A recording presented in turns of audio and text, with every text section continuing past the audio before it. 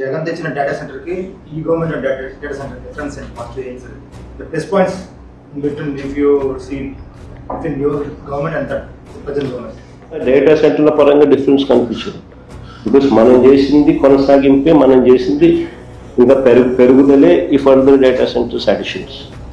కానీ మనం ఇన్వాల్వ్ చేసినప్పుడు మనం not only data centre but మీరు ఐటీ స్పేస్ కూడా కట్టాలి, తద్వారా 25,000 ఉద్యోగాలు కూడా మీరు క్రియేట్ చేయాలి అని ఇలాంటివి మేము పెట్టగలిగాం.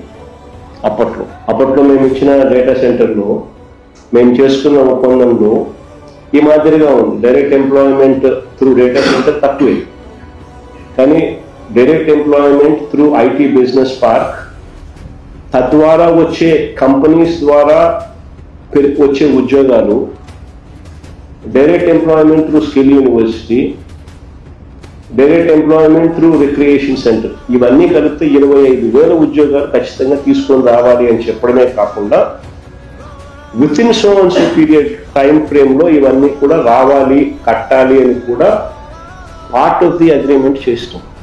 అది ఇప్పుడు జరగడం చేయగలిగితే వీళ్ళు ఇంకా బెటర్గా పాలసీ అనేది ఇవాల్వ్ అయినప్పుడు ఎకో సిస్టమ్ అనేది కొంచెం ఫాస్ట్గా గ్రో అవ్వడానికి అవకాశం ఉంటుంది.